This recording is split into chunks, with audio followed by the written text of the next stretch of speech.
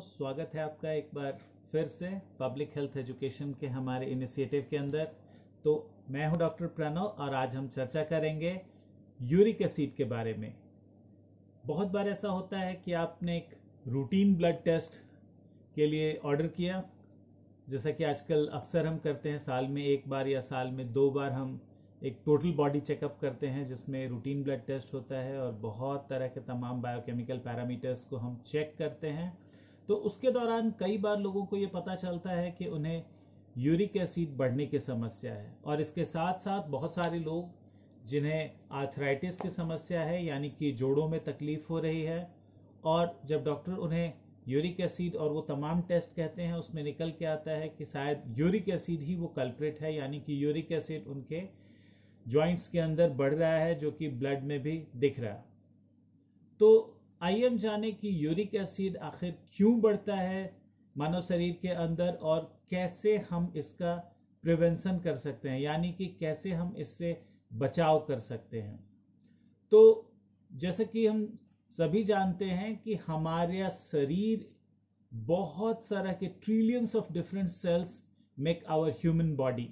हमारे शरीर में ट्रिलियंस ऑफ डिफरेंट सेल्स हैं, हर सेल के अंदर जेनेटिक मटेरियल है, और हमारी बॉडी लगातार सेल्स को, पुराने सेल्स को डिस्ट्रॉय करते रहती है, नए सेल्स बनाते रहती है, यानी कि हमारे शरीर में लगातार सेल डिफरेंशिएशंस होते रहते हैं, सेल की रीजनरेशन होती रहती है और पुराने सेल्स को रिसाइकल किया जाता है। रिसाइकल करने के दौरान हमारे बॉडी के अंदर जो सेल्स हैं उनमें जो जेनेटिक मटेरियल होता है, यानी कि आनुवांशिक तत्व होते हैं। अगर आप केमिस्ट्री आज बायोलॉजी के बैकग्राउंड से हैं, you understand there is DNA and RNA. उनमें एक प्यूरिन नाम का केमिकल होता है, उस प्यूरिन के मेटाबॉलिज्म के दौरान बॉडी यूरिक एसिड बनाती है। एक बात तो बहुत अच्छे से हमें क्लियर करनी होगी कि हमें प्यूरिन हमारी बॉडी का पार्ट है, हमारे जेनेटिक मटेरियल का पार्ट है, so purine is going to be there, तो यूरिक एसिड भी हमारी बॉडी में बनता ही रहेगा। It is not as if we are going to eliminate uric acid. एक समुचित मात्रा में यूरिक एसिड कॉन्टिन्यूअसली शरीर में बनता रहता है, लेकिन अगर एक सर्टेन लेवल के बाद यूरिक एसिड बढ़ जाता है तो ये हमारी बॉडी में, हमारे ब्लड के अंदर घुला हुआ ना रह के अलग अलग जगहों पे जमा होने लगता है। पैर के बड़े अंगूठे में या अलग अलग जॉइंट्स में धीरे धीरे ये जमने लगता है। उसके बाद जॉइंट्स में सूजन की शिकायत होती है, जॉइंट्स में पेन जैसा आने लगता है। लेकिन ये तमाम सिम्टम काफ़ी हायर लेवल पे यूरिक एसिड को ब्लड में टच करने के बाद होता है। साधारण अवस्था में ऐसा भी हो सकता है कि आपको कोई जॉइंट का सिम्टम ना हो, यानी कि आप किसी जॉइंट सिम्टम से सफ़र नहीं कर रहे हो, बावजूद इसके रूटीन ब्लड टेस्ट के अंदर आपने पाया कि आपका यूरिक एसिड बढ़ रहा है।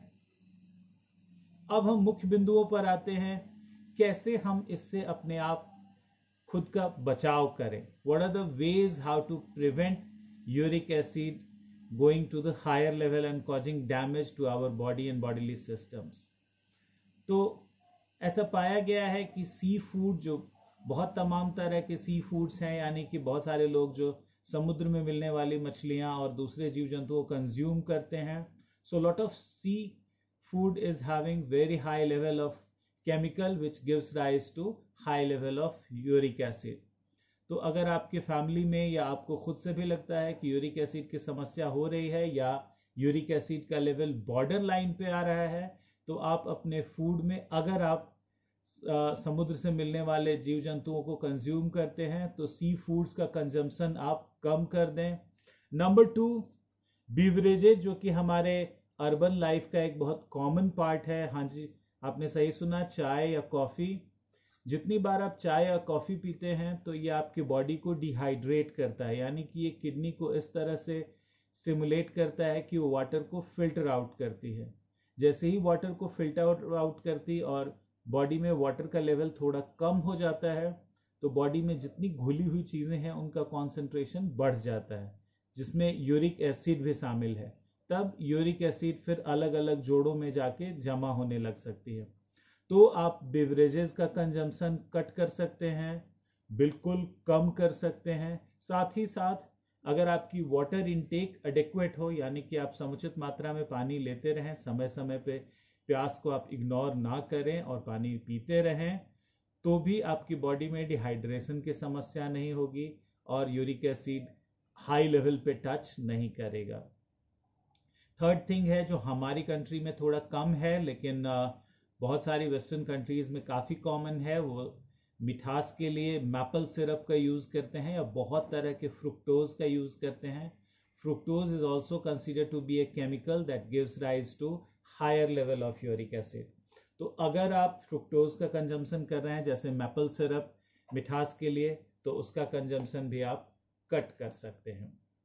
इसके साथ साथ जब भी यूरिक एसिड का लेवल अगर बढ़ जाता है तो मैं सजेस्ट करूंगा कि आप अपने नज़दीकी फिजिशियन से जाके मिलें, उनके साथ एक मैनेजमेंट का उचित तरीका समझें और उसका पालन करें। बिकॉज अगर यूरिक एसिड लगातार बढ़ते रहा तो आपके जोड़ों में इरिवर्सिबल डैमेज भी, यानी ऐसा डैमेज भी कॉज कर सकता है जो वापस से पूरी तरह से ठीक ना हो। तो अगर आपके एनुअल चेकअप में यूरिक एसिड बॉर्डर लाइन पे आ रहा है या थोड़ा ज़्यादा होके आ रहा है, आप उसको कभी भी इग्नोर ना करें, अपने फिजिशियन से जाके मिलें, मेडिसिन उचित मात्रा में लें। और साथ ही साथ all the youngsters who want to prevent high rise of uric acid in your blood, just ensure that you are taking enough water. You are never ignoring the signals of feeling thirsty, and then you cut down on your beverage intake.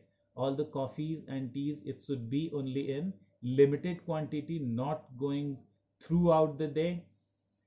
आज के episode में इतना ही। Thanks a lot.